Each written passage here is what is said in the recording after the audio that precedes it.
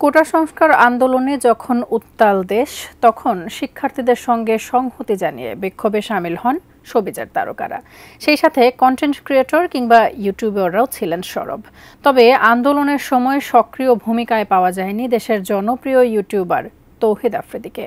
বরং যেসব ইনফ্লুয়েন্সাররা শিক্ষার্থীদের পক্ষে ছিলেন, তাদের হুমকি দেওয়ার অভিযোগ রয়েছে আফ্রিদির বিরুদ্ধে। জানিয়ে তাকে বয়কটের ডাক দিতেও দেখা গেছে নেটিজেনদের অনেককে। তবে এতদিন চুপ থাকলেও এবারে মুখ খুলেছেন আফ্রিদি। ডিবি হারুনকে নিয়ে দিয়েছেন চাঞ্চল্যকর তথ্য। কি বললেন তিনি, জানাচ্ছেন এসআই রাজ।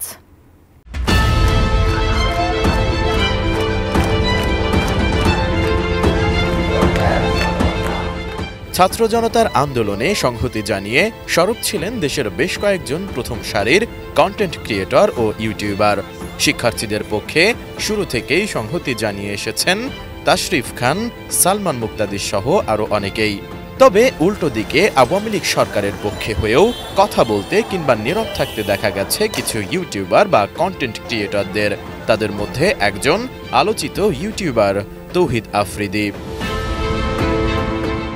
বৈষম্যবিরোধী আন্দোলন থেকে যখন শিক্ষার্থীরা সরকার পতনের এক দফা দাবিতে সোচ্চার হয়ে উঠেছিল, তাদের রক্তে রাজপথ রঞ্জিত হচ্ছিল, তখন তৌহিদ আফ্রিদির নেতৃত্বে একদল কন্টেন্ট ক্রিয়েটর, টিকটকাররা হাত মিলিয়েছিলেন শেখ হাসিনার সঙ্গে। তারা মোটা অঙ্কের টাকার বিনিময়ে লিপ্ত হন গভীর ষড়যন্ত্রে। ছাত্রদের বিরুদ্ধে ভিডিও বানিয়ে আন্দোলন ভিন্ন খাতে প্রভাবিত করার কড়া নির্দেশ দিয়েছিলেন আফ্রিদি বলে অভিযোগ করেন অনেকে। তৌহিদ আফ্রিদির নীরব ভূমিকা পালন করায় অনেকদিন ধরেই তার উপর চড়াও ছিলেন নেটিজেনরা। রীতিমতো বয়কটের ডাক ওঠে তার বিরুদ্ধে এবং ব্যাপক ট্রলও করা হয়। অবশেষে আন্দোলনে নীরব ভূমিকা নিয়ে মুখ খুলেছেন আলোচিত এই ইউটিউবার। 10 সেপ্টেম্বর বিকেলে সামাজিক যোগাযোগ মাধ্যমে একটি দীর্ঘ পোস্ট দেন আফ্রিদি। যদিও সেই পোস্টটি তার কিছুক্ষণ পর সরিয়ে দেন আফ্রিদি। ডিজাইন, এলিগেন্স, বিউটি, সেরা পণ্য সবার জন্য জেভিকো। আফ্রিদি তার ভেরিফাইড ফেসবুকে জানিয়েছেন, তিনি তখন যা করেছিলেন জানের ভয়ে করেছেন। নিজেকে পরিস্থিতির শিকার বলেও পুরো লেখাতে বর্ণনা করেন তিনি। এমনকি ডিবির হারুনের সঙ্গে তার সখ্যতা নিয়েও মুখ খুলেছেন তৌহিদ আফ্রিদি।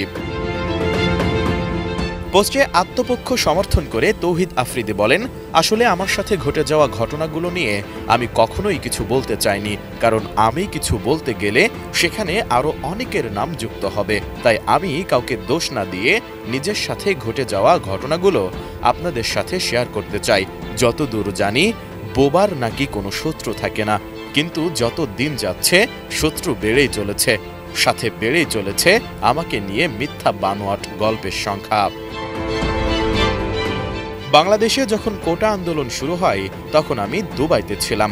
দেশের পরিস্থিতি তখন খুব খারাপ পর্যায়ে। আর তখনই আমি সোশ্যাল মিডিয়াতে পোস্ট করি যে আমি দেশে আসছি এবং কোটা আন্দোলনকারী ভাইদের পাশে দাঁড়াবো। এই পোস্ট করার পর আমি তেমন কোনো সমস্যার সম্মুখীন হইনি।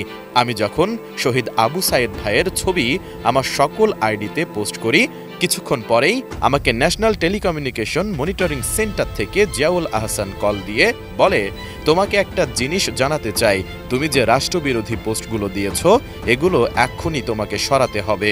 তোমার সাথে কে কে যুক্ত এগুলোতে? নিজের অবস্থান জানিয়ে তৌহিদ আফ্রিদি বলেন, এইটা শোনার পর আমি সাথে সাথে ফোন কেটে দিই। কিছুক্ষণ পরেই আমাকে ডিবি হারুন কল করে বলে, এই তুমি কার কল কেটেছো তুমি জানো? তুমি তোমার বাবা, তোমাদের টেলিভিশন সব শেষ করে দিবা।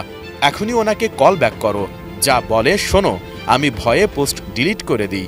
আমার এখনো মনে আছে আমি সেদিন ভয়ে আমার পরিচিত কারোরই ফোন ধরিনি, কিন্তু ডিবির হারুন আমাকে ফোন দিয়ে যাচ্ছিল। ডিবি হারুন আফ্রিদিকে ভয় দেখিয়েছিল জানিয়ে তিনি বলেন, পরদিন আবার ডিবি হারুন আমাকে ফোন দেয়, বলে তোমার নামে ওয়ারেন্ট বের হয়েছে, দেশে আসলেই কিন্তু তুমি এয়ারপোর্ট থেকে গ্রেফতার হবা। তখন আমি বলি, চাচা আমি তো পোস্ট ডিলিট করে দিছি। আমি আরও বলি, চাচা পোস্টটা আমি করি নাই, আমার অ্যাডমিন করেছে, যদিও পোস্টটা আমি নিজেই করেছিলাম, কিন্তু তখন ভয়ে আমি তাকে এই মিথ্যাটা বলি। এভাবে দীর্ঘ এক পোস্ট দিয়ে তৌহিদ আফ্রিদি নিজের অবস্থান জানিয়েছিলেন, কিন্তু ঘণ্টাখানিক পর তার সেই পোস্টটি তার টাইমলাইনে আর দেখা যায়নি। S Airaj, ATN news.